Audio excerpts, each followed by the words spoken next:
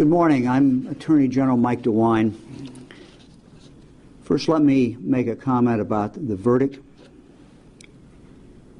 A prosecutor's most important duty is to seek justice. And I believe what we saw today is, in fact, justice. This is not a happy time for anyone. No one can take any pleasure in this. Every rape is a tragedy. This is a tragedy.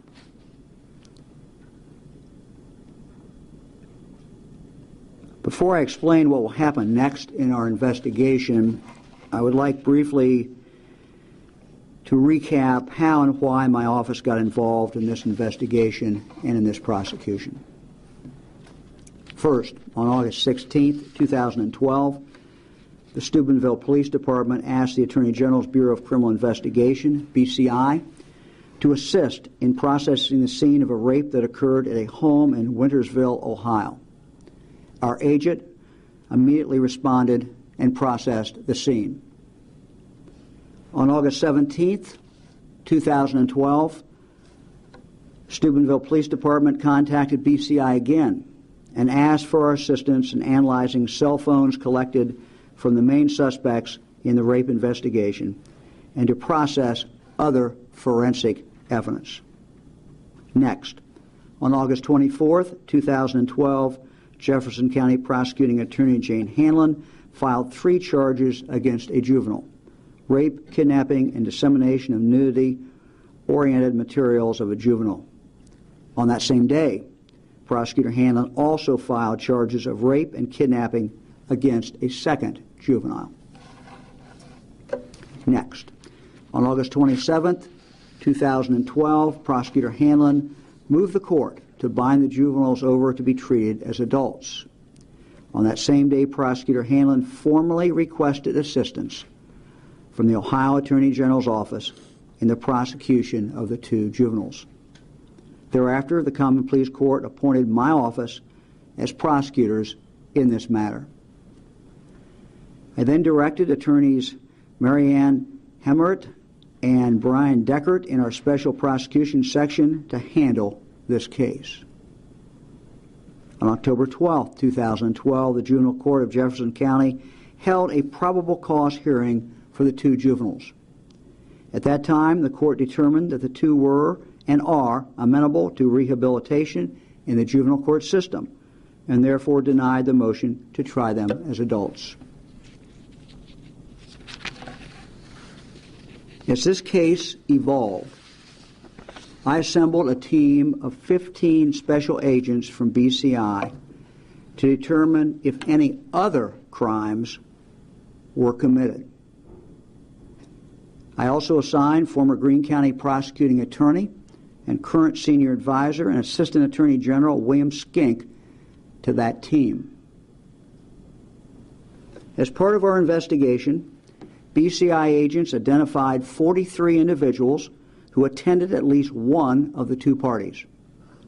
Investigators interviewed 27 of these individuals, while 16 refused to cooperate, giving various reasons.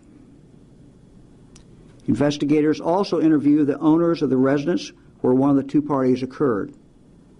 Our investigators further interviewed the principal, superintendent, and 27 football coaches from Steubenville High School. To date, our investigators have completed a total of 56 interviews. Additionally, cybercrime specialists at BCI analyzed 13 separate phones. From these phones, investigators reviewed and analyzed 396,270 text messages, 308,586 photos, pictures, 940 video clips, 3,188 phone calls and 16,422 contacts listed in phones.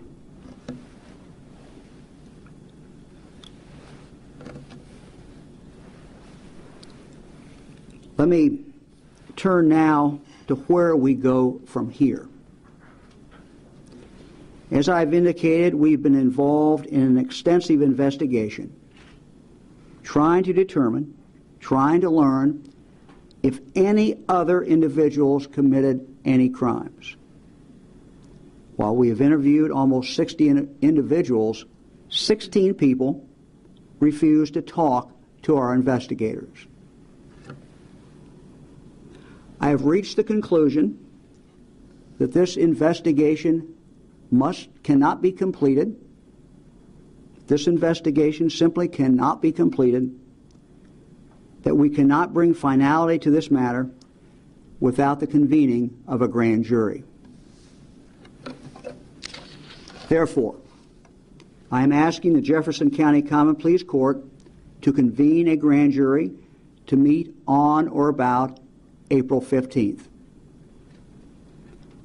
My prosecutors will present evidence to this grand jury for the grand jury to determine if other crimes have been committed. I anticipate numerous witnesses will be called. The grand jury, quite candidly, could meet for a number of days. Now, I should point out that the convening of a grand jury, of course, does not necessarily mean that indictments will be returned or that charges will be filed. However, indictments could be returned and charges could be filed. It has been my experience, going back to my experience as a county prosecuting attorney, that a grand jury is an investigative tool that is uniquely suited to ensure fairness and to complete this investigation. This community needs assurance that no stone has been left unturned in our search for the truth.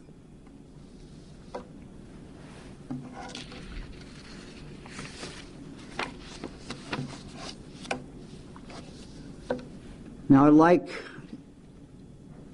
to take a moment to talk not as the Attorney General of this state, but rather as a parent of 8, and now grandparent of 19.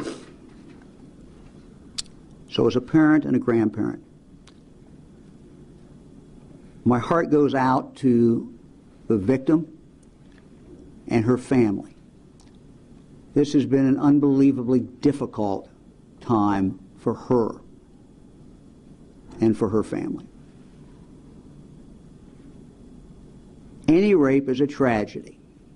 Any rape is very difficult, horrible for the victim. I think it's even more difficult when the victim is continually re-victimized in the social media. And that is what has happened here.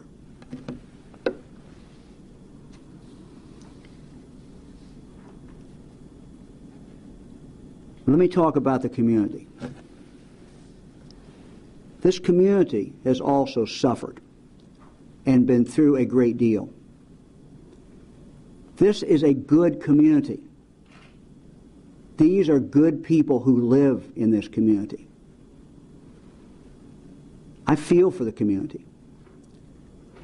I feel for what they've been through. And I know that it desperately needs to be able to put this matter behind it and to begin to move forward. Everything that has happened in Steubenville has been very difficult and very, very sad and very tragic. But let me be clear. This is not just a Steubenville problem.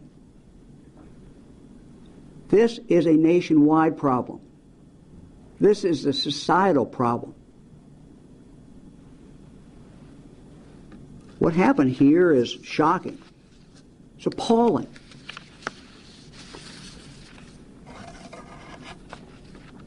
Well, quite frankly, what's even more shocking and appalling is that crimes of sexual assault are occurring every Friday night, every Saturday night across this country, in big and small communities.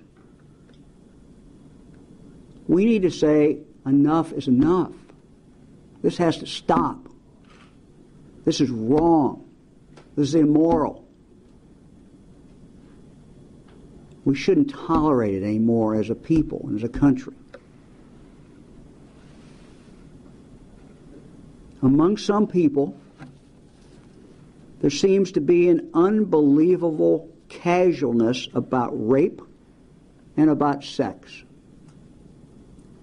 It's a cavalier attitude, a belief that somehow there isn't anything wrong with any of this. Rape is not a recreational activity. We as a society have an obligation to do more to educate our young people about rape. They need to know it is a horrible crime of violence. And it's simply not okay.